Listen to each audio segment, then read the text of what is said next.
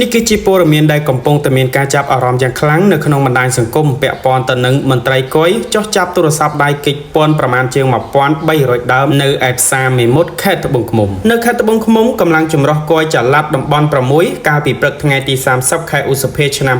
2024 នេះបានចោះឆែកឆេរទីតាំងលក់គ្រឿងអេឡិចត្រូនិកនៅផ្សារមេមត់បានរកឃើញទំនិញអត់ពន្ធជាច្រើននិងច្រើនតោនមន្ត្រីគយចល័តតំបន់ 6 ដឹកនាំដោយលោកព្រាបកេរ៉ាត់ប្រធានការិយាល័យស្រាវជ្រាវនិងបង្ក្រាបអំពើរត់ពន្ធតំបន់ 6 បានដឹកនាំកម្លាំងសហការជាមួយនឹងកម្លាំងកងរាជអាវុធហត្ថលើផ្ទៃប្រទេសមន្ត្រីកងរាជអាវុធហត្ថខេត្តកម្លាំងនគរបាលនៃស្នងការដ្ឋាននគរបាលខេត្តត្បូងឃ្មុំនិងអាជ្ញាធរមូលដ្ឋានដោយមានការសម្របសម្រួលពីលោកព្រះរាជអាជ្ញារងអមសាលាដំបងខេត្តត្បូងឃ្មុំបានចុះទៅឆែកឆេរទីតាំងលក់ទូរស័ព្ទទំនើបនិងទីតាំងលក់ប្រេងម៉ាស៊ីននិងទីតាំងលក់គ្រឿងអគ្គិសនីសរុបចំនួន 5 ទីតាំងស្ថិតនៅក្នុងភូមិម៉ាស៊ីនទឹកឃុំមេមត់ស្រុកមេមត់ខេត្តត្បូងឃ្មុំបានរកឃើញទំនិញដាក់តាំងលក់ដែលអត់ពន្ធជាច្រើនគ្រឿងនិងជាច្រើនតោននៅក្នុងប្រតិបត្តិការនេះផងដែរកម្លាំងគយបានធ្វើការដកហូតទំនិញកិច្ចពន្ធរួមមានទី1ទូរស័ព្ទដៃចំនួន 1300 គ្រឿងទី2ម៉ាស៊ីនចម្រោះម៉ាកចំនួន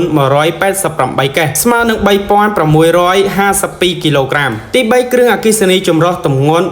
4400 គីឡូក្រាមដោយគ្មានឯកសារពន្ធនាំចូលនិងបត្រាពន្ធគយឡើយសូមជម្រាបផងដែរថាវត្ថុតាងបទល្មើសទាំងអស់នេះរួមទាំងទូរស័ព្ទដៃទំនើបនិងប្រេងម៉ាស៊ីនត្រូវបានកម្លាំងសមត្ថកិច្ចយកមករក្សាទុកបណ្ដោះអាសន្ននៅទីតាំងឈរជើងរបស់ការិយាល័យស្រាវជ្រាវនិងបង្ក្រាបអំពើរត់ពន្ធតំបន់ 6 ស្ថិតនៅក្នុងឃុំក្រែកស្រុកពញាក្រែកខេត្តត្បូងឃ្មុំដើម្បីចាត់ការតាមនីតិវិធីច្បាប់បន្តដោយឡែកបើយោងតាមពីប្រភពប្រជាពលរដ្ឋនៅខេត្តព្រះសីហនុបានឲ្យដឹងថានៅថ្ងៃទី 31 ខែឧសភាឆ្នាំ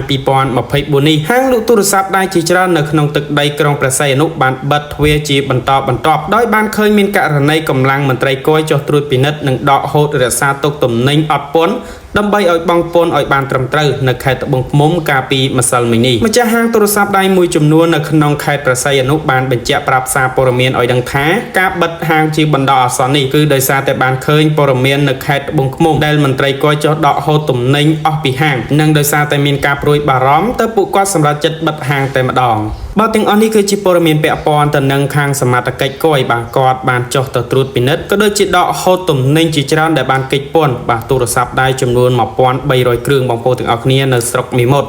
និងប្រេងម៉ាស៊ីនចម្រោះចំនួន 188 កេសស្មើនឹង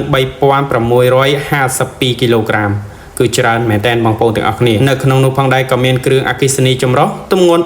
4400 គីឡូក្រាមថែមទៀតដោយគ្មានឯកសារបង់ពន្ធនាំចូលនិងបត្រាពន្ធគយបាទនេះគឺជារឿងរ៉ាវដែលធ្វើឲ្យបហាងលក់ទូរស័ព្ទដៃទូទាំងប្រទេសកម្ពុជាយើងតែម្ដងគឺមានការព្រួយបារម្ភយ៉ាងខ្លាំងពាក់ព័ន្ធទៅនឹងមន្ត្រីគយបាទគឺគាត់ចោះឆែកឆេរ